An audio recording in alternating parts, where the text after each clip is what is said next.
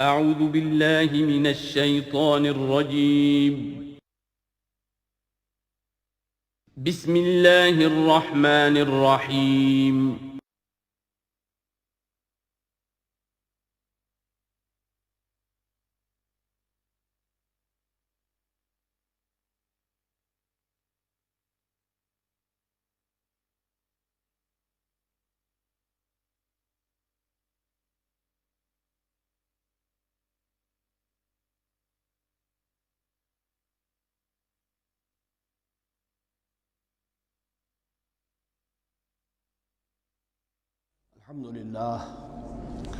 الحمد للہ وکفی والصلاة والسلام علی عبادہ الذین اصطفی اما بعد فاعوذ باللہ من الشیطان الرجیم بسم اللہ الرحمن الرحیم وَإِذْ قَالَ رَبُّكَ لِلْمَلَائِكَةِ إِنِّي جَاعِلٌ فِي الْأَرْضِ خَلِيفَةً قالوا وتجعل فيها من يفسد فيها ويسفك الدماء ونحن نسبح بحمدك ونقدس لك قال إني أعلم ما لا تعلمون صدق الله العظيم رب اشرح لي صدري ويسر لي أمري واحلل عقدة من لساني يفقهوا قولي۔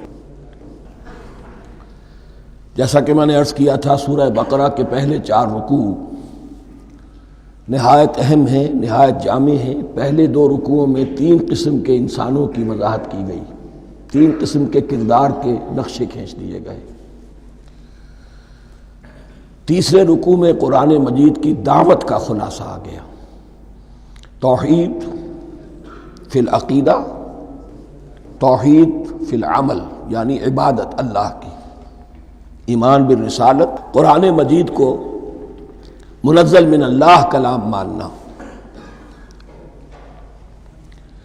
اس میں اگر شک ہے تو جو بھی چیلنج تھا، اگر واقعتاً تمہیں شک ہے، حقیقت میں شک نہیں ہے، لیکن جیسا کہ تم کہہ رہے ہو کہ تمہیں شک ہے تو کوشش کرو اس کے مقابلے کی ایک صورت بنانا ہو۔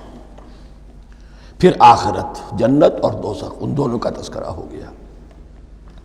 پھر ایک خاص مسئلہ جو قرآن مجید کے اسلوب پر اعتراض کی شکل میں آیا کہ اس میں مچھر جیسی حقیر شے کا بھی تذکرہ ہے، اس کی حکمت بیان کر دی گئی کہ تشبیہ اور تمثیل میں ظاہر بات ہے کہ ممثل لہو اور ممثل بہی میں مناسبت چاہیے۔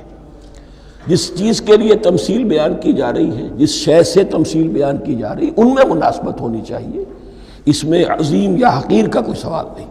پھر یہ بات کہ جن لوگوں کے دلوں میں زیغ ہے، کجی ہے، وہ اس قرآن سے بھی ان کی ضلالت میں، گمراہی میں اضافہ ہوگا۔ جو لوگ طالب حق ہیں ان کو یہ قرآن مجید ہدایت دے گا۔ اور کن کو اللہ گمراہ کرتا ہے؟ جو سرکش ہے، جو نمبر 1 اللہ سے جو عہد کر کے دنیا میں آئے تھے اس کی خلاف ورزی کر رہے ہیں اور صلہ رحمی کے بجائے قطع رحمی کرتے ہیں۔ اس کے بعد ایک بہت اہم فلسفیانہ بات آ گئی، اور اسی کے ضمن میں میں نے اصل میں یہ ساری بات دہرائی ہے۔ میں نے کہا تھا کہ یہ بات واضح ہوگی آگے جا کر سورہ غافر میں۔ پھر ذہن میں لائیے کہ جب یہ صورت نازل ہوئی ہے، سورہ غافر نازل ہو چکی تھی، لہذا یہاں اجمالی تذکرہ ہے، وہاں تفصیلی تذکرہ ہے۔ اہل جہنم کا قول نقل ہوا ہے، ربنا امتنا اثنتین واحییتنا اثنتین فاعترفنا بذنوبنا فہل الی خروج من سبیل۔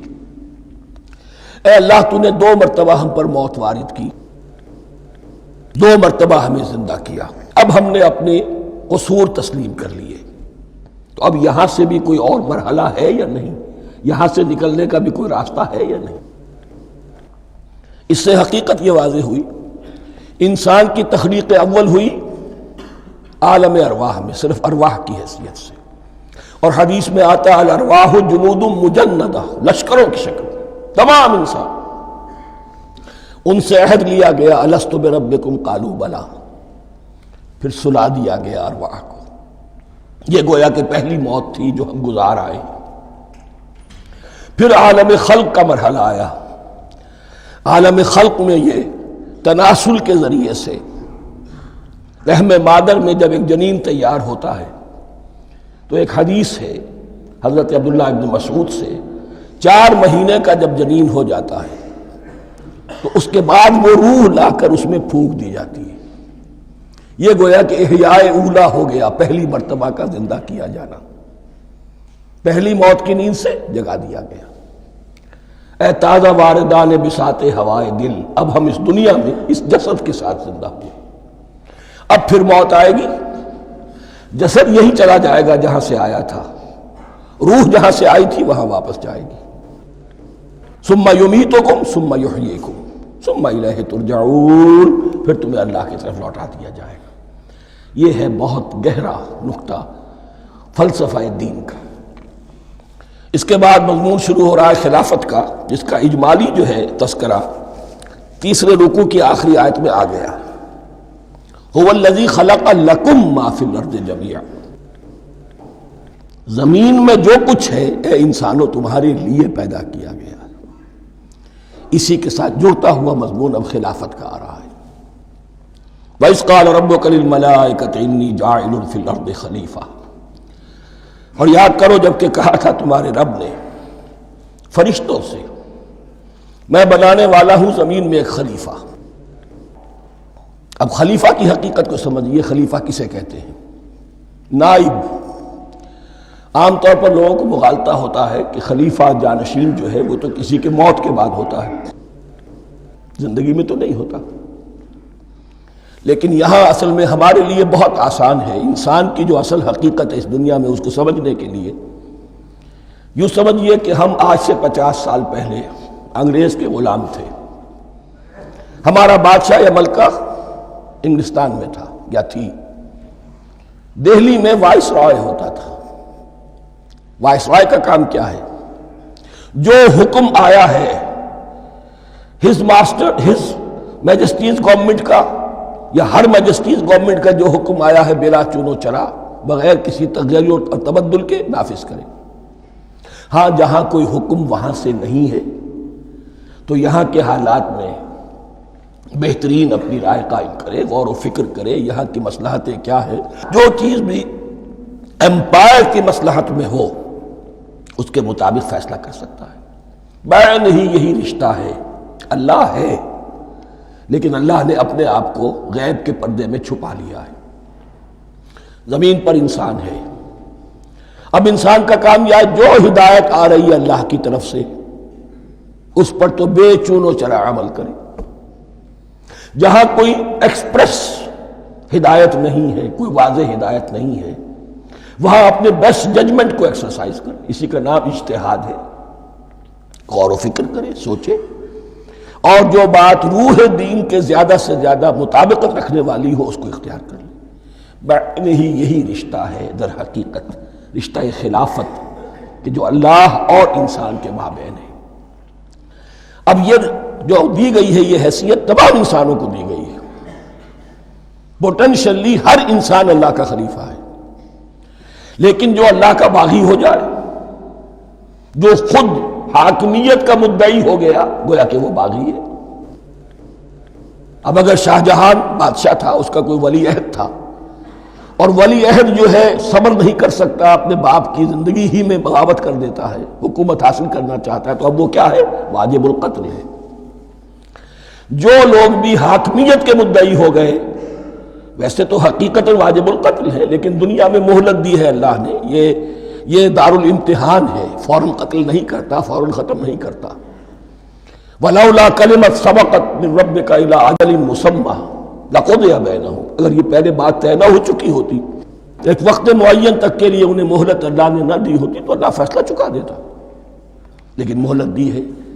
لیکن کم سے کم اتنی سزا ملتی ہے کہ اب وہ خلافت کے حق سے محروم کر دیے گئے.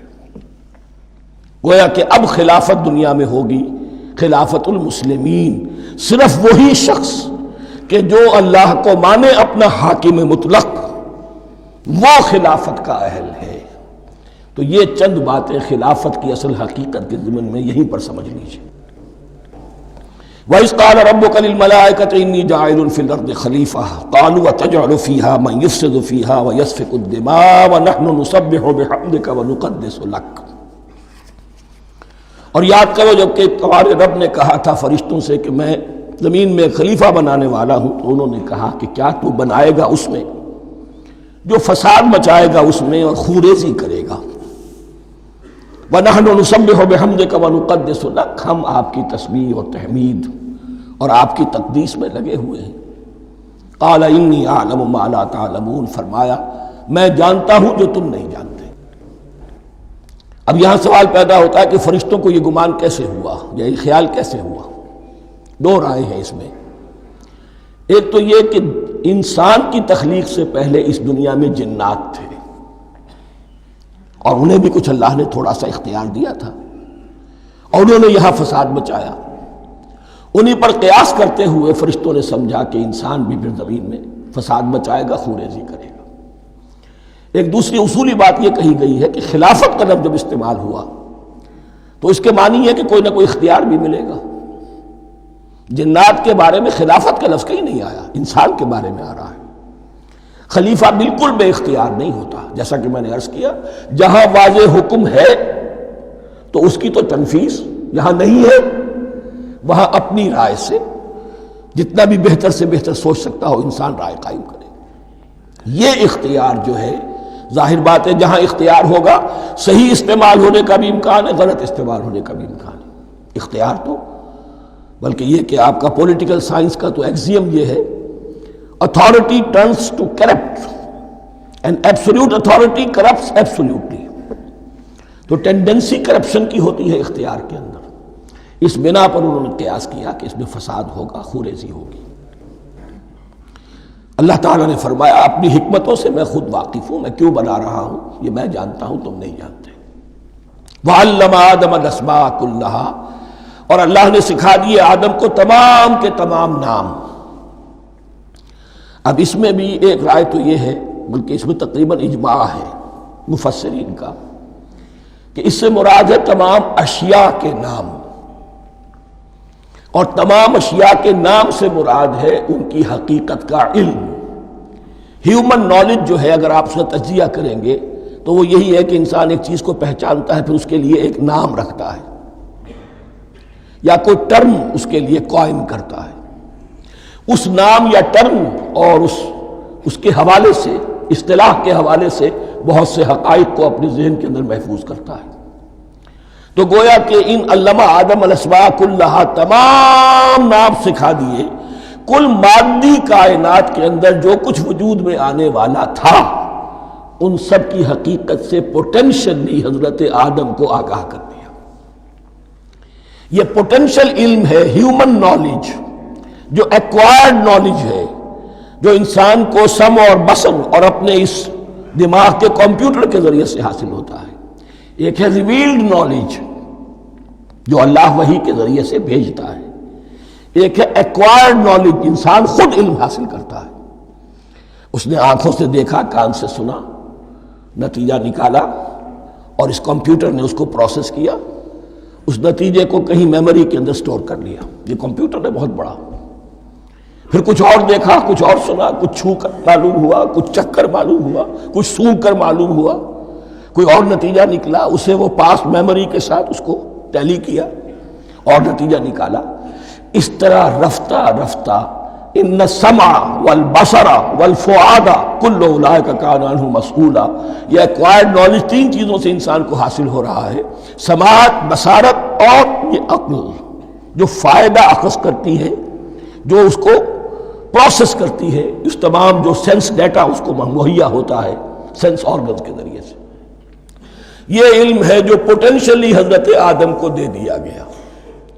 اس کی ایکسفولیشن ہو رہی ہے، اب درجہ بدرجہ وہ علم پھیل رہا ہے، بڑھ رہا ہے، اور بڑھتے بڑھتے کہاں تک پہنچے گا ہم کچھ نہیں کہہ سکتے۔ کہاں سے کہاں پہنچ گیا انسان۔ اس نصف صدی کے اندر علم انسانی میں جو ایکسپلوژن ہوا ہے، میں اور آپ اس کا تصور تک نہیں کر سکتے۔ اکثر بڑے بڑے جو سائنسدان ہیں انہیں تصور نہیں ہے، اس لیے کہ ایک شخص اپنی لائن فزکس کے بارے میں جانتا ہے کیا کچھ ہو گیا، یا فزکس کی بھی کسی شاخ کے بارے میں جانتا ہے، باقی دوسری جو لائن ہے اسے کچھ پتہ نہیں۔ اسپیشلائزیشن کا دور ہے، لہذا جو ایکسپلوژن کہا جائے، دھماکہ ہوا ہے علم کا، اس کا کوئی اندازہ نہیں ہے ہمارے۔ اور کس تیزی کے ساتھ وہ چیز آگے بڑھ رہی ہے، کس تیزی کے ساتھ ایک چیز آج جو ایجاد ہوئی چند دنوں کے اندر اندر اس کے بعد اس کا نیا کوئی ورشن آ جاتا ہے اور یہ چیز جو ہے آبسولیٹ ہو جاتی ہے۔ کمیونیکیشن کے اندر جو انقلاب عظیم برپا ہوا، تو آپ یہ سمجھیے کہ اقبال نے جو شعر کبھی کہا تھا کہ عروج آدم خاکی سے انجم سہمے جاتے ہیں کہ یہ ٹوٹا ہوا تارا مہ کامل نہ بن جائے، اور یہ مہ کامل بنے گا کب؟ جب دجال کی شکل اختیار کرے گا۔ دجال کون ہوگا؟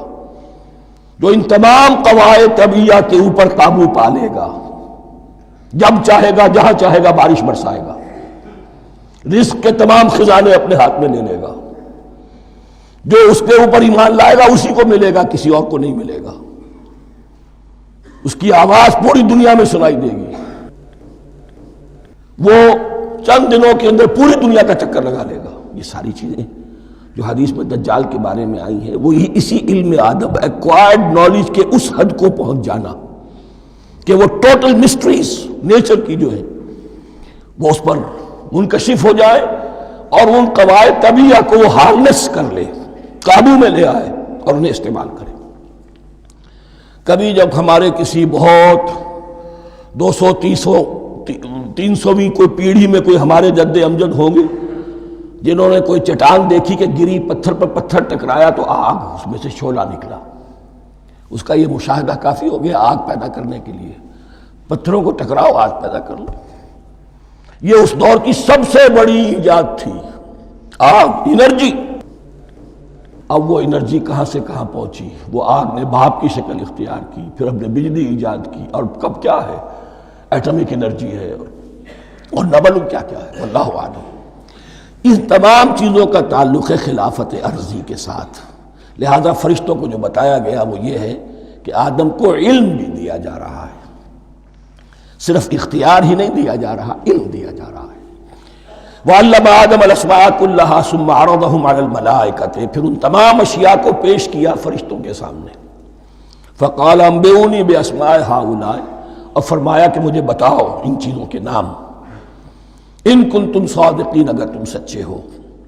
قالوا سبحانک لا علم لنا الا ما علمتنا، انہوں نے کہا پروردگار تو پاک ہے ہر نقص سے، ہر عیب سے، ہر ضعف سے، ہر احتیاج سے، مبرہ ہے، منزہ ہے، اعلیٰ ہے، عرفہ ہے۔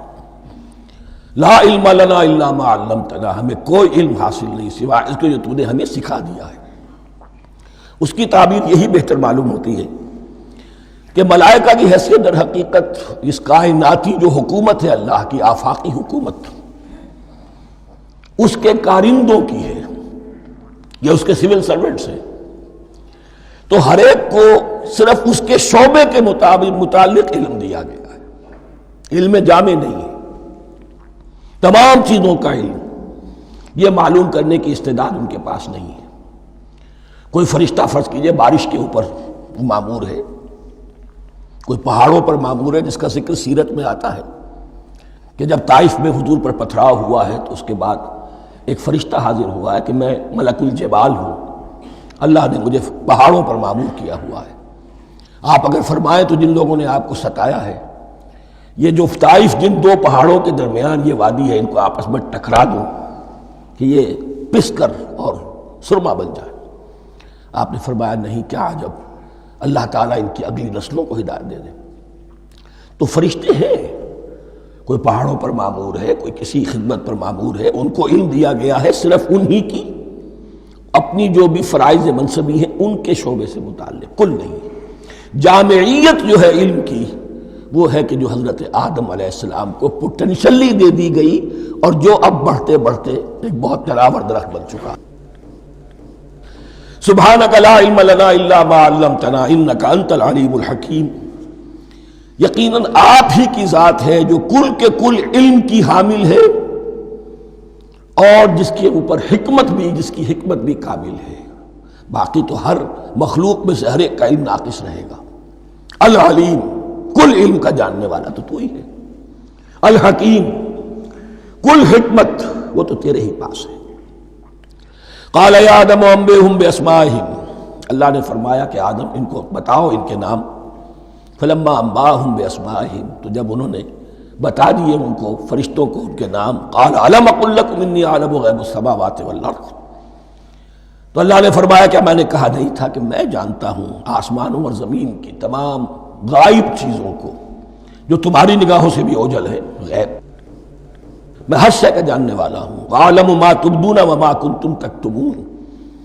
اور میں جانتا ہوں جو کوئی تم ظاہر کر رہے تھے اور جو کوئی تم چھپا رہے تھے. چھپانے میں محسوس ہوتا ہے کہ ان کی خواہش یہ تھی کہ خلافت ہمیں ملے.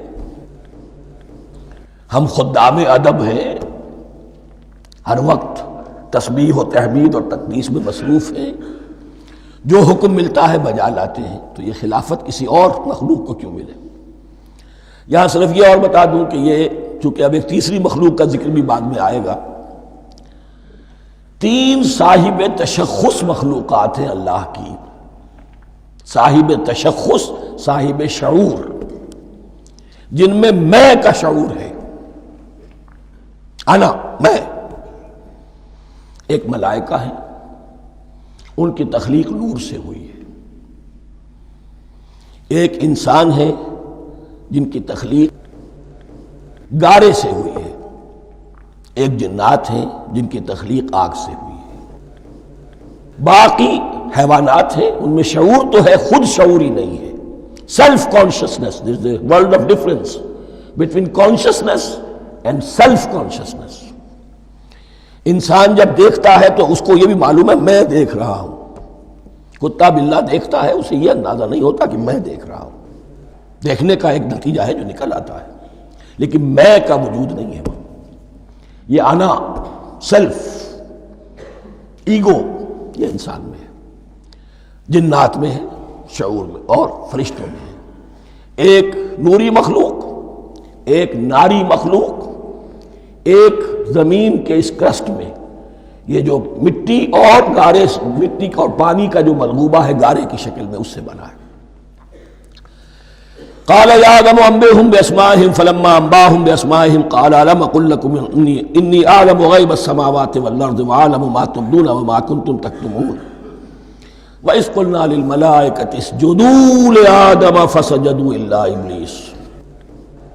اور یاد کرو جب کہ ہم نے کہا فرشتوں سے سجدہ کرو سب کے سب آدم کو، جھک جاؤ آدم کے سامنے.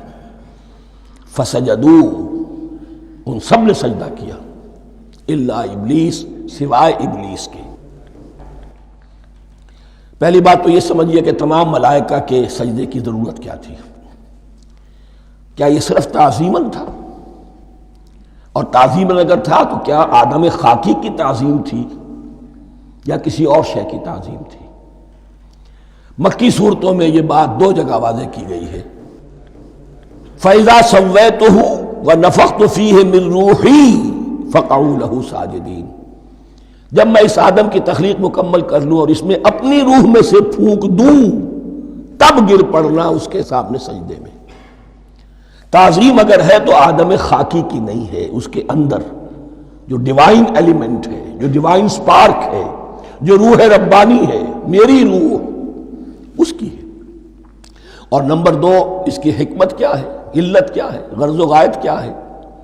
جیسا کہ میں نے عرض کیا، اس کائنات کی اس حکومت کے کارندے تو وہ ہیں. خلیفہ بنایا جا رہا انسان کو، جب تک یہ ساری سول سروس اس کے تابع نہ ہو خلافت کیسے کرے گا؟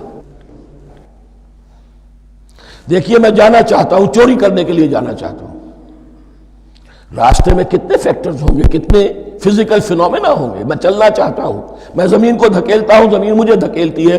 زمین مجھے نہ دھکیلے تو میں کیسے چلوں گا؟ یہ پوری کائنات جو ہے، یہ جب ہم کوئی ارادہ کرتے ہیں اور کوئی فعل کرتے ہیں تو اس فعل کے پورے ہونے میں، اس کے ظہور میں نہ معلوم کون کون سے ایلیمنٹس ہیں، کون کون سی فورسز آف دی نیچر ہیں جو ہمارے ساتھ موافقت کرتی ہے تو ہم وہ کام کر سکتے ہیں.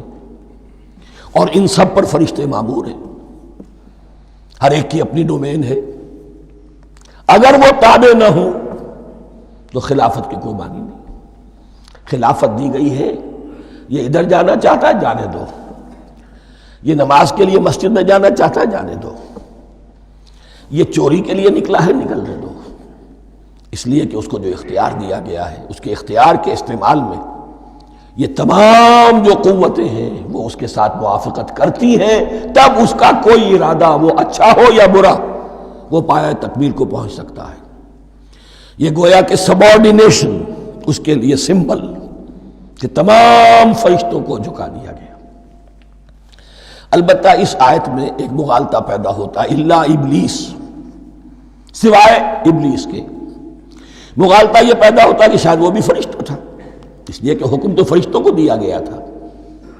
پھر نوٹ کیجئے اس سے پہلے، بہت پہلے سورہ کہف نازل ہو چکی ہے، اور سورہ کہف میں فرما دیا گیا ہے کان من الجن ففسق عن امر ربی، وہ جن تھا پس اس نے سرکشی کی اپنے رب کے حکم سے۔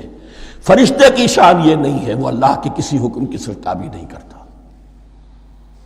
لا یعصون اللہ ما امرہم ویفعلون ما یؤمرون، وہ اللہ کے کسی حکم کی نافرمانی نہیں کرتے اور جو حکم ملتا ہے بجا لاتے ہیں۔ یہ جنات کے اندر اختیار تھا، جیسے اختیار انسانوں کو دیا گیا ہے۔ جنات میں نیک بھی ہیں، بد بھی ہیں، اعلیٰ بھی ہیں، ادنا بھی ہیں، جیسے انسانوں میں۔ لیکن یہ عزازیل جو جن تھا، علم اور عبادت دونوں کے اعتبار سے بہت بلند ہو گیا تھا، اور یہ فرشتوں کا یوں سمجھیے کہ ہم نشین، فرشتوں کے ساتھ اس طور سے شامل، جیسے بہت سے انسان بھی اگر اپنی بندگی میں، زہد میں، عبادت میں، نیکی میں ترقی کریں تو ان کا ملائے اعلیٰ کے ساتھ، عالم ارواح کے ساتھ، عالم ملائکہ کے ساتھ ایک رابطہ قائم ہوتا ہے۔ اسی طریقے سے وہ جو عزازیل تھا، جن ہونے کے باوجود اپنی نیکی، عبادت، پارسائی اور اپنے علم میں فرشتوں سے بہت آگے تھا، اس لیے معلم الملکوت کی شکل اختیار کر چکا تھا۔ اس کو اپنی زون تھا، یہ بات جیسا کہ میں نے عرض کیا 7 مرتبہ قرآن میں یہ بات آئی ہے، قصہ ابلیس و آدم، کہ فرشتوں کو حکم ہوا کہ سجدہ کرو، سب جھک گئے، ابلیس نے سجدے سے انکار کر دی 7 مرتبہ۔ یہ 7ویں مرتبہ ہے جو ہم پڑھ رہے ہیں، مصحف میں پہلی مرتبہ آ رہا ہے، ترتیب نزول میں 7ویں مرتبہ آ رہا ہے۔ یہ آدم و ابلیس کا قصہ اس سے آگے سورہ اعراف میں آئے گا، پھر سورہ ہجر میں آئے گا، سورہ بنی اسرائیل میں آئے گا، سورہ کہف میں آئے گا، سورہ طٰہٰ میں آئے گا، سورہ صاد میں آئے گا، 6 مرتبہ مکی قرآن میں، 1 مرتبہ یہاں۔ تو یہاں اشارہ نہیں کیا، اس لیے مغالطہ ہو سکتا ہے، لیکن یہ کہ سورہ کہف میں آپ کو بتا چکا ہوں کان من الجن ففسق عن امر ربی، اس نے اپنے رب کے حکم سے سرتابی۔ ابلیس اس کا صفاتی نام ہے اب، اس لیے کہ اب لسیبلسو کے معنی ہوتے ہیں مایوس ہو جانا۔ یہ اللہ کی رحمت سے بالکل مایوس ہے، اور مایوس جو ہو جائے وہ شیطان ہو جاتا ہے۔ اب میرا تو چھٹکارا نہیں ہے، جتنوں کو برباد کر سکوں کروں، میری تو عاقبت خراب ہو چکی ہے، جتنوں کو اپنے ساتھ، ہم تو ڈوبے ہیں سنم، تم کو بھی لے ڈوبیں گے۔ اب وہ شیطان اس معنی میں کہ انسان کی عداوت اس کی گھٹی میں پڑ گئی، اس نے اللہ سے پھر اجازت بھی لی کہ مجھے مہلت دے دے، یوم یبعثون، قیامت تک کے دن کے لیے، تو میں ثابت کر دوں گا کہ یہ آدم اس رتبے کا حقدار نہ تھا، مستحق نہ تھا جو اسے دیا گیا۔ انا خیر منہ، میں اس سے بہتر ہوں۔ خلقتنی من نار وخلقتہ من طین، تو نے مجھے آگ سے بنایا، اسے گارے سے بنایا۔ لیکن یہ تکبر ہے در حقیقت کہ جس نے اسے راندہ درگاہ حق کر دیا۔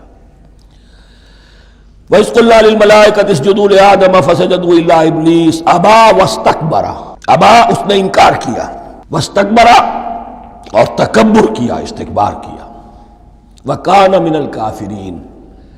کانا عربی زبان میں 2 طرح کا ہوتا ہے، تامہ، ناقصہ۔ ایک معنی یہ ہو سکتے ہیں کہ ہو گیا، اب اپنے اس استکبار اور انکار کی وجہ سے کانا من الکافرین، وہ کافروں میں سے ہو گیا۔ ایک کانا تامہ ہوتا تھا ہی کافروں میں سے، یعنی اس کے اندر سرکشی چھپی ہوئی تھی، اب ظاہر ہو گئی۔ یہ معاملہ ہوتا ہے، کسی شخص کی بدنیتی اس کے اوپر پردے پڑے رہتے ہیں نیکی کے، زہد کے، کسی خاص وقت میں آ کر وہ ننگا ہو جاتا ہے، اور جو اس کے اندر تھا اصل، اس کی حقیقت، وہ سامنے آ جاتی ہے۔ اس کا امکان ہے، تو دونوں معنی اس کے ہو سکتے ہیں۔ وَقُلْنَا يَا آدَمُ اسْكُنْ أَنْتَ وَزَوْجُكَ الْجَنَّةَ، اور ہم نے کہا کہ اے آدم رہو تم اور تمہاری بیوی جنت میں۔ اب یہ جنت کون سی ہے؟ اکثر حضرات کے نام کر کے نزدیک یہ جنت کہیں آسمان ہی میں تھی، آسمان ہی میں حضرت آدم کی تخلیق ہوئی۔ البتہ یہ سب مانتے ہیں کہ ایک وہ جنت الفردوس جو ہے جس میں جانے کے بعد پھر واپس نکلنے کا کوئی امکان نہیں، یہ وہ جنت نہیں ہے جس میں کہ آخرت میں لوگوں کو جا کر داخل ہونا ہے، اس میں داخل ہونے والے کے نکلنے کا کوئی امکان نہیں۔ ایک رائے یہ بھی ہے، میرا رجحان اس رائے کی طرف ہے، تخلیق آدم اسی زمین پر ہوئی ہے۔ وہ جن مراحل سے گزری ہے تخلیق وہ ایک علیحدہ مسئلہ ہے۔ بایولوجی اور وحی دونوں اس پر متفق ہیں کہ مٹی سے، کرسٹ آف دی ارتھ سے انسان بنا ہے، اس پر اتفاق ہے، قرآن کا بھی اور بایولوجی کا بھی، جدید علم الحیوانات کا بھی، علم الحیات کا۔ سٹیجز کیا ہیں اس میں اختلاف ہو سکتا ہے، اس کو چھوڑ دیجئے، وہ اس وقت کا بحث نہیں۔ یہی کسی اونچے مقام پر کوئی سرسبز و شاداب علاقہ تھا جہاں حضرت آدم کو رکھا گیا، جہاں ہر طرح کے میوے تھے، ہر شے، لا تظمأ فیہا ولا تضحیٰ، نہ اس میں بھوک لگے گی نہ دھوپ تمہیں ستائے گی، ہر طرح کی چیز تمہیں فراہم ہے۔ وہاں رکھے گئے ہیں صرف ایک ڈیمانسٹریشن کے لیے کہ انہیں نظر آ جائے کہ شیطان میرا دشمن ہے، وہ مجھے ورغلائے گا، طرح طرح سے میرے اندر وسوسہ اندازی کرے گا، میرے اور میری اولاد کے، صرف ایک ڈیمانسٹریشن۔ اس کی مثال یوں سمجھیے کہ سلیکشن تو ہو گیا، سی ایس پی گریڈ میں کوئی شخص آ گیا ہے، لیکن اب وہ سول سروس اکیڈمی میں رکھا جا رہا ہے۔ تو یہ کوئی اکیڈمی ہو سکتا ہے اسی زمین پر ہو، صرف بتانا یہ تھا کہ تمہیں معلوم ہو جائے کہ یہ شیطان تمہارا دشمن ہے۔ اس لیے کہ اس میں جو ایک لفظ حبوط کا آ رہا ہے، وہ حبوط صرف ایک ہی معنی میں نہیں ہوتا، دوسری معنی میں بھی ہے۔ واللہ عالم، یہ چیزیں پھر متشابہات میں رہیں گی، اس لیے ان کے بارے میں کوئی ایک رائے دوسری رائے، اس کے لیے ذہن سے، عقل سے بات کر کے ایک یا دوسری رائے اختیار کر سکتے ہیں۔ وَقُلْنَا يَا آدَمُ اسْكُنْ أَنْتَ وَزَوْجُكَ الْجَنَّةَ، اور ہم نے کہا کہ رہو اے آدم تم بھی اور تمہاری بیوی بھی باغ میں، اس باغ میں، الجنہ اس باغ میں، گویا کہ اشارہ کیا جا رہا ہے۔ وَكُلَا مِنْهَا رَغَدًا حَيْثُ شِئْتُمْ، اور کھاؤ اس میں سے با فراغت جہاں سے چاہو، ہر طرح کا پھل ہے کھاؤ۔ وَلَا تَقْرَبَا هَٰذِهِ الشَّجَرَةَ، یہاں پہ اس درخت کا نام نہیں دیا گیا، اشارہ اس درخت کے قریب مت جانا۔ فَتَكُونَا مِنَ الظَّالِمِينَ، تو تم ظالموں میں سے ہو جاؤ گے، تم حد سے گزرنے والوں میں سے ہو جاؤ گے۔ اب اس کی بھی حکمت سمجھیے کہ چونکہ ڈیمانسٹریشن کرانی ہے کہ تمہیں کسی چیز سے، ہزار چیزیں مباح ہیں دنیا میں، چند چیزیں پینے کی حرام ہیں، اب تم اگر ان ہزار مباح چیزوں کو چھوڑ کر حرام چیز کو پیتے ہو تو یہ تمہارا اختیار ہوا، جبکہ اللہ تعالیٰ نے مباحات کا دائرہ بہت وسیع رکھا ہے۔ جس سے چاہو چند رشتے ہیں جو بیان کر دیے گئے، یہ حرام ہے، محرمات ہے، ابدیہ ہیں، ان سے تو شادی نہیں ہو سکتی، باقی کسی مسلمان عورت سے دنیا کے کسی کونے میں وہ شادی کر سکتے، کروڑوں کے آپشنز آپ کے لیے خالی کھلے ہیں، لیکن پھر بھی انسان شادی نہ کرے، زنا کرے، یہ گویا کہ اس کی اپنی خباثت نفس ہے۔ ایک نہیں، دو دو، تین تین، چار چار تک شادی کرو، اجازت ہے تمہیں۔ تو اس اعتبار سے مباحات، اب یہ پورا باغ تمہارے لیے مباح ہے، بس ایک درخت ہے اس کے پاس نہ جانا، اور درخت کا نام لینے کی کوئی ضرورت نہیں، تو آزمائش تھی نا، صرف ایک آزمائش اور اس کی ڈیمانسٹریشن۔ فَأَزَلَّهُمَا الشَّيْطَانُ عَنْهَا، تو پھسلا دیا ان دونوں کو شیطان نے اس درخت کے بارے میں۔ اب وہ کس کس طریقے سے پھسلایا، یہ بھی جیسا کہ میں نے عرض کیا 6 مرتبہ چونکہ یہ قصہ آ چکا ہے، اس کی آپ کو سورہ طٰہٰ میں تفصیل ملے گی، کس کس طریقے سے پھسلایا اور اس بات کے لیے تیار کیا۔ فَأَخْرَجَهُمَا مِمَّا كَانَا فِيهِ، تو نکلوا دیا ان دونوں کو اس کیفیت میں سے جس میں کہ وہ تھے، وہ کیفیت کہ نہ کوئی مشقت ہے نہ کوئی محنت ہے، اور انسان کو ہر طرح کا اچھے سے اچھا پھل مل رہا ہے، تمام ضروریات فراہم ہیں، خاص کوئی حلہ جنت ہے جس کا کہ لباس بھی عطا کیا گیا ہے، لیکن ان کیفیات سے اب نکال کر، اب جسے آپ کہیں گے bitter facts of life، اچھا اب جاؤ یہ ڈیمانسٹریشن کرنی تھی، ہو گئی۔ شیطان تمہارا دشمن ہے، تمہارا اور تمہاری نسل کا، شیطان لعین، اور وہ تمہیں پھسلائے گا جیسے آج پھسلایا ہے۔ تم آگاہ رہنا اس کی شرارتوں سے۔ ان الشیطان لکم عدو فاتخذوہ عدوا، یہ شیطان تمہارا دشمن ہے، اسے اپنا دشمن ہی سمجھو۔ لیکن یہ ہے کہ اگر کچھ لوگ اسے دوست بنا لیں، اس کے ایجنٹ بن جائیں، اس کے کارندے بن جائیں، یہ ان کا چوائس ہے جس کی سزا انہیں ملے گی۔ فَأَخْرَجَهُمَا مِمَّا كَانَا فِيهِ وَقُلْنَا اهْبِطُوا بَعْضُكُمْ لِبَعْضٍ عَدُوٌّ، اور ہم نے کہا اترو، تم سب ایک دوسرے کے دشمن ہوگے۔ اب یہ چونکہ جمع کا صیغہ آیا ہے، ایک دوسرے کے دشمن ہوگے، تو ایک دشمنی تو شیطان اور آدم اور ذریت آدم کی ہے، ایک اور دشمنی بھی ہے جو انسان میں مرد اور عورت کے مابین ہے۔ عورت بھی پھسلاتی ہے، غلط راستے پر ڈالتی ہے، مرد عورتوں کو گمراہ کرتے ہیں، عورتیں مردوں کو گمراہ کرتی ہیں۔ قرآن مجید میں کہا گیا یا ایھا الذین آمنوا ان من ازواجکم واولادکم عدوا لکم فاحذروہم، اہل ایمان چوکنے رہو، چوکس رہو، تمہاری بیویوں اور اولاد میں سے تمہارے دشمن ہیں، بچ کر رہو، کیپ الرٹ، کہیں ان کی محبت تمہیں راہ حق سے منحرف نہ کر دے۔ تم ایک اچھا کام کرنا چاہتے ہو، بیوی رکاوٹ بن گئی، بیوی کو اچھا کام کرنا چاہتی، شوہر رکاوٹ بن گیا، تو یہ محبت نہیں ہے، یہ عداوت ہے۔ اس حوالے سے بعضکم لبعض عدو ولکم فی الارض مستقر ومتاع الی حین، اور تمہارے لیے اب زمین میں مستقر ہے، جائے قیام ہے، اور متاع ہے، ضرورت کی چیزیں ہیں، ہم نے فراہم کر دی ہیں، الی حین، لیکن ایک وقت معین تک کے لیے، یہ ابدی نہیں ہے، ایک وقت آئے گا یہ بساط ہم لپیٹ دیں گے۔ یوم نطوی السماء کطی السجل للکتب، جس دن کہ ہم تمام فضاؤں کو اور تمام خلاؤں کو، تمام آسمانوں کو اس طرح لپیٹ لیں گے جیسے کتابوں کا طمار لپیٹ لیا جاتا ہے۔ ایک وقت آئے گا، یہ تخلیق الی اجل مسمى ہے، الی حین ہے۔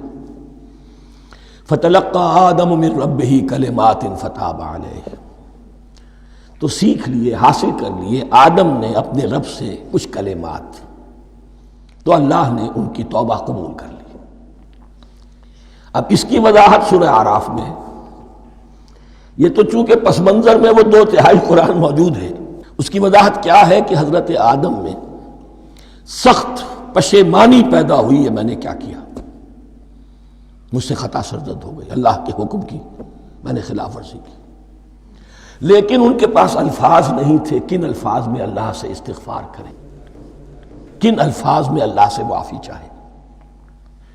اللہ کی رحمت یہ ہوئی کہ اللہ نے الفاظ انہیں خود تلقین فرما دی۔ یہ اللہ کی شان رحیمی ہے۔ اصل شے جو ہے وہ انسان کے اندر گناہ پر ندامت کا پیدا ہو جانا ہے، یہ اصل توبہ ہے۔ علامہ اقبال نے جو بڑی اپنی آغاز عنفوان شباب میں جو اشعار کہے تھے، ان میں سے ایک شعر کو سن کر پھڑک اٹھے تھے اس وقت کے اساتذہ بھی، موتی سمجھ کے شان کریمی نے چن لیے قطرے جو تھے میرے عرق انفعال کے۔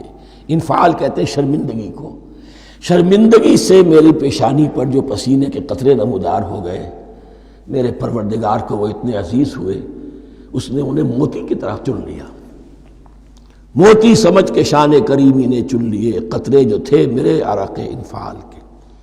تو فتلقى آدم من ربہ کلمات، ان پر پچھتاوا ہوا، ندامت ہوئی، اللہ نے انہیں الفاظ، وہ الفاظ کیا تھے وہ سورہ اعراف میں ہیں، ربنا ظلمنا انفسنا وان لم تغفر لنا وترحمنا لنکونن من الخاسرین، اے اللہ ہم نے اپنی جانوں پر ظلم کیا ہے، اور اگر تو نے ہمیں بخش نہ دیا اور رحم نہ فرمایا تو ہم تو خسارہ والوں میں ہو جائیں گے، تباہ ہو جائیں گے، برباد ہو جائیں گے۔ یہی پر فوری تقابل موجود ہے۔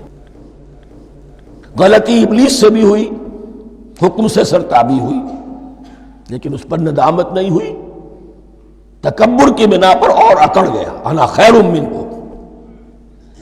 غلطی آدم سے بھی ہوئی، نافرمانی ہوئی، لیکن اس پر پشیمان ہوئے اور توبہ کی۔ وہ شیطنت ہے، یہ آدمیت ہے، ورنہ کوئی انسان گناہ سے اور معصیت سے مبرہ نہیں ہے۔ حضور کی ایک حدیث ہے، کل بنی آدم کلکم خطاؤون، کل بنی آدم خطاؤون وخیر الخطائین التوابون۔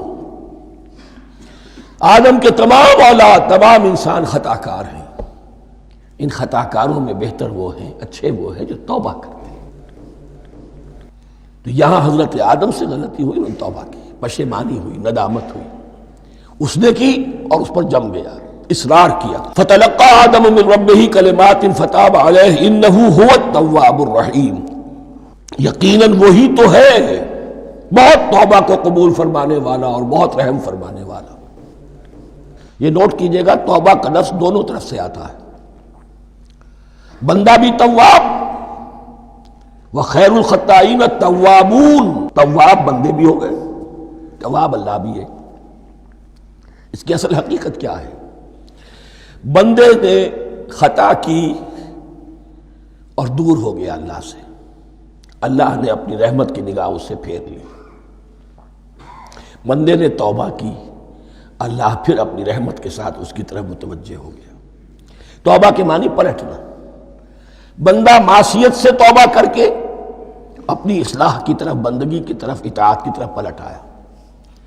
اللہ نے جو اپنی نظر رحمت پھیر لی تھی، اللہ نے پھر وہی اپنی شان غفاری اور رحیمی کے ساتھ بندے کی طرف توجہ فرما لی، جس کے لیے حدیث میں الفاظ آتے ہیں، تم اگر میری طرف بالشت بھراؤ گے میں ہاتھ بھراؤں گا، تم اگر چل کر آؤ گے میں دوڑ کر آؤں گا،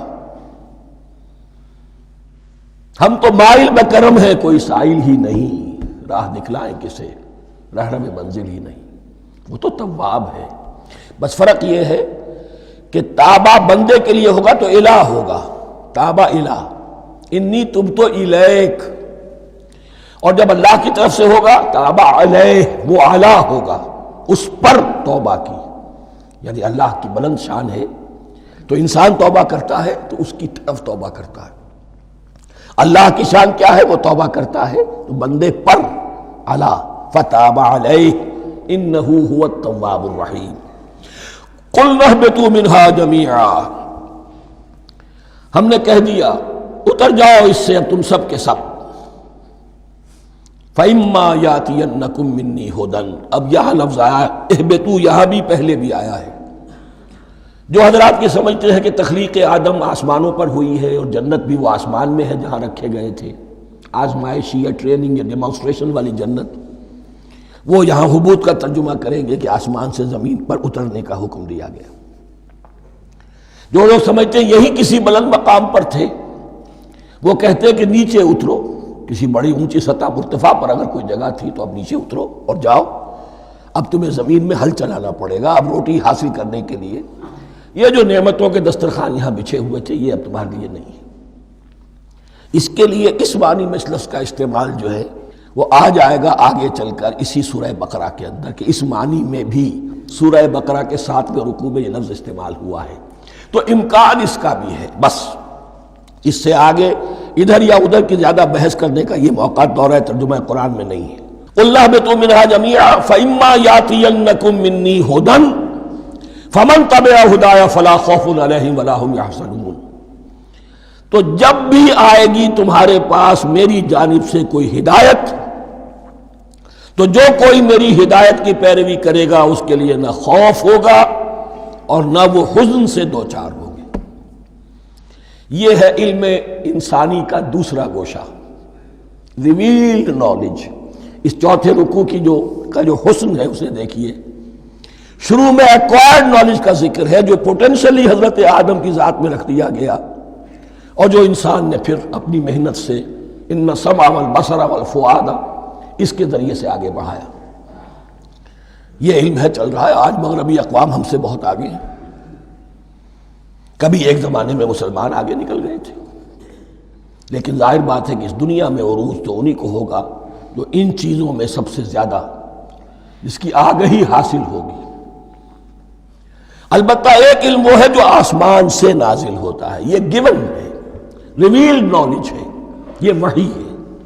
فَإِمَّا يَأْتِيَنَّكُم مِّنِّي هُدًى، تمہارے مقام خلافت کا تقاضا یہ ہے جو احکام ہمارے آئے، جو ہدایات ہم بھیجیں، ان کو تو پوری طریقے سے اس کی پیروی کرو۔ فَمَن تَبِعَ ہدایا، تو جو کوئی بھی میری ہدایت کی پیروی کرے گا، فَلَا خَوْفٌ عَلَيْهِمْ وَلَا هُمْ يَحْزَنُونَ وَالَّذِينَ كَفَرُوا، اور جو ناشکری کریں گے، کفر کریں گے، انکار کریں گے، وَكَذَّبُوا بِآيَاتِنَا، اور ہماری آیات کو جھٹلائیں گے، فَأُولَٰئِكَ أَصْحَابُ النَّارِ هُمْ فِيهَا خَالِدُونَ، تو وہ جہنمی ہوں گے، آگ والے ہوں گے، اس میں ہمیشہ ہمیشہ رہیں گے۔ یہ ہے گویا کہ چارٹر، اس نوع انسانی کو جو ابدی چارٹر اللہ نے دیا ہے، جبکہ زمین کا چارج دے دیا گیا خلیفہ کی حیثیت سے۔ یہاں یہ 4 رکوع جو ہے سورہ بقرہ کے، جو میں نے عرض کیا تھا، قرآن کی دعوت، قرآن کا بنیادی فلسفہ، اس پر یہ جام ہے، اور یہ مکی صورتوں کے مضامین کا خلاصہ۔ اب یہاں سے شروع ہو رہا ہے 5ویں رکوع سے مسلسل 10 رکوع، مسلسل خطاب ہے بنی اسرائیل سے۔ البتہ ان میں ایک تقسیم ہے، پہلے رکوع میں دعوت ہے۔ دعوت جب ہوتی ہے تو آمادہ کرنا، تشویق، ترغیب، دل جوئی، نرمی، یہ دعوت کے اجزاء لا ينفک ہیں، اس کے بغیر دعوت مؤثر نہیں ہوتی۔ لہذا ان 7 آیات میں یہ یوں سمجھیے کہ ان 10 رکوعوں کے لیے یہ بمنزلہ فاتحہ ہے، جیسے سورہ فاتحہ 7 آیتوں کی، ایسے ہی اس دعوت سابقہ امت مسلمہ کو دعوت دی جا رہی ہے۔ تو کس طرح دی جا رہی ہے؟ یہ کون تھے؟ یہ بھی مسلمان ہی تو تھے نا، کافر تو ہو گئے حضور کا انکار کر کے، ورنہ وہ موسیٰ کے ماننے والے، شریعت ان کے پاس، بڑے بڑے علماء ان میں، علم کا چرچا ان میں، سب کچھ تھا، ان کو دعوت دی جا رہی ہے۔ لیکن میں اس لیے آپ کو چاہتا ہوں، اس کو توجہ دلا رہا ہوں، آج اگر مسلمانوں میں جو غافل ہو گئے، اپنی حقیقت کو بھول گئے، اپنے فرض منصبی سے غافل ہو گئے، دنیا کے اور قوموں کی طرح کی ایک قوم بن کر رہ گئے، اگر کوئی ایک داعی گروہ کھڑا ہو، کوئی جماعت، کوئی فرد، اور اس سے جماعت بنے، تو ظاہر بات ہے سب سے پہلے اسے اسی امت کو دعوت دینی ہوگی، اس لیے کہ دنیا تو اسلام کو پہچانے گی اس امت کے حوالے سے۔ فزیشین ہیل تھائی سیلف، پہلے یہ تو ٹھیک ہو، یہ کہیں پر صحیح اسلام کا نمونہ پیش کرے تو دنیا کو دعوت دے سکو گے، آؤ دیکھو یہ ہے اسلام۔ اس لیے ان کو جو دعوت دینے کا اسلوب ہونا چاہیے وہ عکس ہوگا اس اسلوب کا جو ان 7 آیات میں ہمارے سامنے آ رہا ہے۔ یا بنی اسرائیل اذکروا نعمتی التی انعمت علیکم، اے بنی اسرائیل، اسرائیل کو سمجھ لیجئے یہ مرکب لفظ ہے، اسر اسی سے اسیر بنا ہے، اسیر جو کسی کا قیدی ہوتا ہے، ایل عبرانی میں اللہ کے لیے ہے، اور اسرائیل کا ترجمہ ہے عبداللہ، اللہ کا غلام، اللہ کے ساتھ بندھا ہوا، اس کی اطاعت کے قلاتے کے اندر۔ تو یہ اسرائیل، یہ لقب ہے حضرت یعقوب علیہ السلام کا۔ ان کے 12 بیٹے تھے، 12 بیٹوں سے جو نسل چلی وہ بنی اسرائیل ہے، انہی میں حضرت موسیٰ کی بعثت ہوئی اور تورات انہیں دی گئی، پھر یہ ایک بہت بڑی امت بنے۔ ان پر 4 ادوار آ چکے تھے قرآن مجید کے نزول کے وقت، 2 مرتبہ اللہ کی رحمت کی بارشیں ہوئیں، انہیں عروج نصیب ہوا، 2 مرتبہ ان کو دنیا پرستی، شہوت پرستی، اللہ کے احکام کو پس و پیش ڈال دینے کی سزا میں عذاب کے کوڑے ان پر برسے۔ اس کا ذکر آئے گا سورہ بنی اسرائیل کے پہلے رکوع میں۔ اس وقت جب کہ قرآن نازل ہو رہا ہے، اس وقت وہ اپنے اس زوال کے دور میں تھے۔ حال یہ تھا کہ حضور صلی اللہ علیہ وسلم کی بعثت سے پہلے ہی 2nd ٹیمپل بھی شہید کیا جا چکا تھا، گرایا جا چکا تھا۔ حضرت سلیمان نے جو بنایا تھا ہیکل سلیمانی، جس کو یہ 1st ٹیمپل کہتے ہیں، اسے نیبوکدنیزر نے گرا دیا تھا حضرت مسیح سے بھی کئی سو سال پہلے۔ لیکن اس کے بعد پھر یہ رومنز نے سن 70 عیسوی میں حضور کی ولادت سے 500 برس پہلے ان کا یہ یروشلم تباہ و برباد ہوا، اس میں لوگوں کو قتل کیا گیا، قتل عام ہوا، اور سیکنڈ ٹیمپل جو ہے وہ بھی گرا دیا گیا، جو اب تک گرا پڑا ہوا ہے۔ صرف ایک ویلنگ وال ہے جس کے پاس جا کر یہودی جو ہے ماتم کر لیتے ہیں، روتے ہیں، اور اب وہ بنانے پر تلے ہوئے ہیں اپنا تھرڈ ٹیمپل، اس کے نقشے بن چکے ہیں، بلو پرنٹ بن چکے ہیں۔ لیکن بہرحال جس وقت قرآن نازل ہو رہا تھا یہ بہت ہی پستی میں تھے۔ اس کے بارے میں فرمایا، اے بنی اسرائیل ذرا یاد کرو میرے اس انعام کو جو تم پر ہوا۔ وہ انعام کیا ہے؟ میں نے تمہیں اپنی کتاب دی، نبوت سے سرفراز فرمایا، اپنی شریعت تمہیں عطا فرمائی، تمہیں داؤد، تمہارے اندر داؤد اور سلیمان جیسے بادشاہ اٹھائے جو بادشاہ بھی تھے، نبی بھی تھے۔ وَأَوْفُوا بِعَهْدِي، اور میرے وعدے کو پورا کرو تاکہ میں بھی اپنے وعدے کو پورا کروں۔ یہ وعدہ ہے جو کتاب استثناء جو ہے اولڈ ٹیسٹمنٹ کی، ڈیوٹرانومی، اس کے 18ویں باب کی آیت نمبر 18 اور 19 میں ہے۔ حضرت موسیٰ سے خطاب کر کے اس میں اللہ نے یہ الفاظ فرمائے، میں ان کے بھائیوں میں سے تیرے مانند ایک نبی برپا کروں گا اور اس کے منہ میں اپنا کلام ڈالوں گا، اور وہ وہی کچھ بتائے گا جو میں اس سے کہوں گا۔ یہ گویا کہ حضرت موسیٰ علیہ السلام کی امت کو بتایا جا رہا تھا کہ نبی آخر الزماں آئیں گے اور تمہیں انہیں قبول کرنا ہے۔ قرآن مجید میں اس کا بڑا تفصیلی ذکر سورہ اعراف میں آئے گا انشاءاللہ، لیکن یہاں فرمایا اوفوا بعہدی اوف بعہدکم، تم میرا عہد پیرا پورا کرو، میرے اس نبی کو تسلیم کرو، اس پر ایمان لاؤ، اس پر کی صدا پر لبیک کہو، تو میں تمہیں میرے انعام و اکرام اور بڑھتے چلے جائیں گے۔ وَإِيَّايَ فَارْهَبُونَ، اور صرف مجھ سے ڈرو۔ وَآمِنُوا بِمَا أَنزَلْتُ مُصَدِّقًا لِمَا مَعَكُمْ، اور ایمان لاؤ اس پر جو میں نے نازل کیا ہے، جو تمہارے پاس جو تورات ہے اس کی تصدیق کرتے ہوئے آیا ہے۔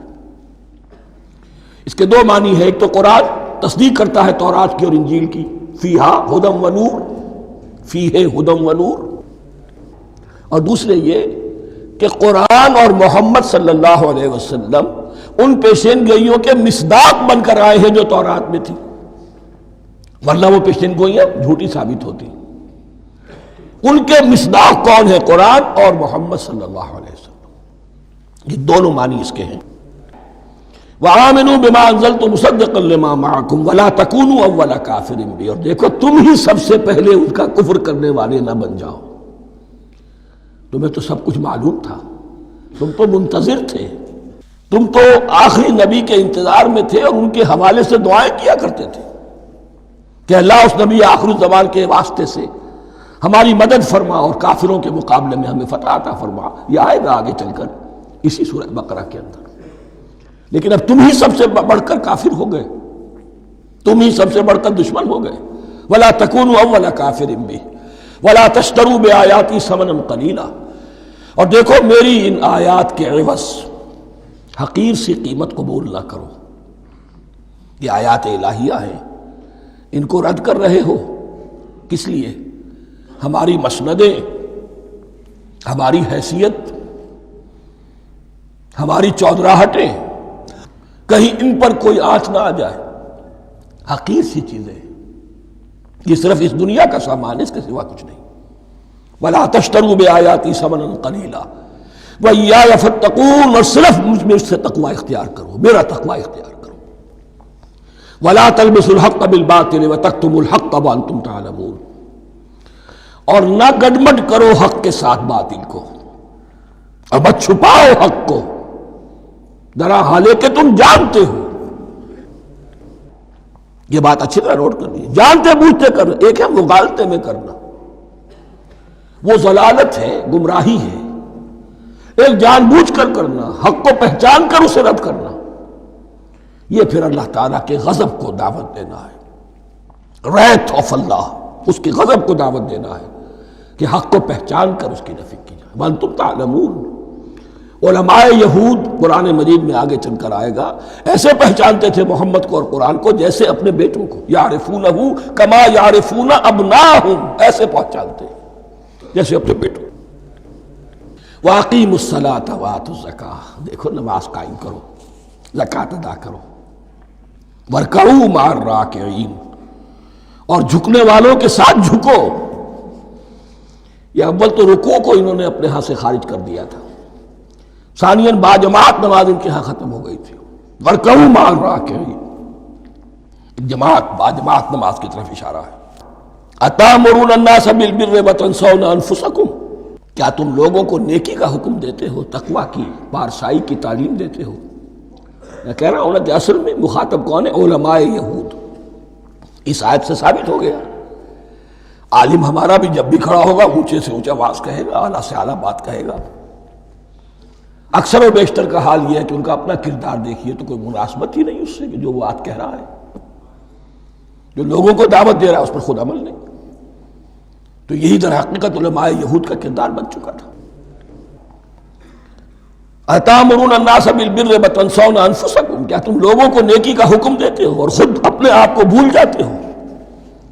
وَأَنْتُمْ تَتْلُونَ الْكِتَابَ، اور یہ سب کچھ تم کر رہے ہو اس حال میں کہ کتاب پڑھتے بھی ہو، تورات پڑھتے ہو، صاحب تورات ہو۔ ہمارے بھی بہت سے علماء کا، علماء سو جنہیں ہم کہتے ہیں، حال یہ ہو چکا ہے، خود بدلتے نہیں قرآن کو بدل دیتے ہیں، ہوئے کس درجہ فقیہان حرم بے توفیق۔ جو صورتحال ہے صرف قرآن کا متن بچا ہوا ہے، اس کے مفہوم میں، اس کی تفسیر میں، اس کے ترجمے میں تو تحریفیں موجود ہیں، بڑی بڑی تحریفیں موجود ہیں، متن بچا ہوا ہے، وہ اس لیے کہ اللہ تعالیٰ نے اس کی حفاظت کا ذمہ لیا ہے۔ وَاسْتَعِینُوا بِالصَّبْرِ وَالصَّلَاةِ، اور مدد حاصل کرو دو چیزوں سے، صبر اور نماز۔ یہ صبر کا لفظ یہاں پر بہت قیمتی ہے، بہت بامانی ہے۔ علماء سو کیوں وجود میں آتے ہیں؟ جب وہ دنیا کے کتے بن جائیں گے تو وہ دین کو بدنام کرنے والے ہوں گے۔ بظاہر دینی مناسب ہیں لیکن اصل میں ان کے پردے میں دنیا داری کی جا رہی ہے، صبر نہیں۔ بس صبر کے ساتھ اور نماز کے ساتھ، اس لیے کہ آپ صحیح راستے پر آئیں گے۔ اگر کوئی عالم دین لوگوں پر تنقید کرے گا، لولا ینہاہم الربانیون والاحبار، کیوں نہیں روکتے ان کے علماء اور ان کے اولیاء اور صوفیاء ان کو حرام کھانے سے اور جھوٹ بولنے سے؟ اگر کوئی شخص روکے گا اس کو پھر نذرانے تو نہیں ملیں گے، اس کی خدمتیں تو نہیں ہوں گی۔ اگر تو دنیا میں صبر اختیار کرنا ہے تب تو آپ حق بات کہہ سکتے ہیں، اور اگر دنیاوی ایمبیشنز ہیں تو پھر آپ کو کہیں نہ کہیں کمپرومائز کرنا پڑے گا۔ وَاسْتَعِینُوا بِالصَّبْرِ وَالصَّلَاةِ، صبر اور نماز۔ وَإِنَّهَا لَكَبِیرَةٌ، اور یقیناً یہ بہت بھاری شے ہے، بہت بھاری شے ہے۔ عام طور پر خیال یہ ہے کہ انہا کی ضمیر صرف صلاۃ کی طرف جاتی ہے، نماز بہت بھاری ہے۔ ایک رائے یہ ہے کہ نہیں، یہ پورے طرز عمل کی طرف جا رہی ہے۔ یہ طرز عمل کہ خود صبر کرو، اس دنیا میں صبر کرو، دنیا اور دنیا کے متعلقات میں کم سے کم پر قانے ہو جاؤ، اور حق کا بول بالا کرنے کے لیے میدان میں آ جاؤ۔ یہ طرز عمل، اور اس میں پھر نماز، الصلاۃ عماد الدین۔ وَإِنَّهَا لَكَبِيرَةٌ إِلَّا عَلَى الْخَاشِعِينَ، یہ یقیناً بہت بھاری چیز ہے، یہ روش، یہ رویہ بھی بہت بھاری اور نماز بھی بہت بھاری ہے، سوائے ان خشوع رکھنے والوں کے، ڈرنے والوں کے، جن کے دل جھک گئے ہیں اللہ کے سامنے۔ الذین یظنون انہم ملاقو ربہم، جنہیں یہ یقین ہے کہ انہیں اپنے رب سے ملاقات کرنی ہے، جیسا کہ میں نے شروع میں توجہ دلائی تھی، وبالآخرۃ ہم یوقنون، یہ ایمان بالآخرت ہے جو انسان کو سیدھا رکھتا ہے عمل کے میدان میں۔ الذین یظنون انہم ملاقو ربہم وانہم الیہ راجعون، اور جنہیں یہ یقین ہے کہ بالآخر اسی کی طرف ہمیں لوٹنا ہے۔ بارک اللہ لی ولکم فی القرآن العظیم ونفعنی وإیاکم بالآیات والذکر الحکیم۔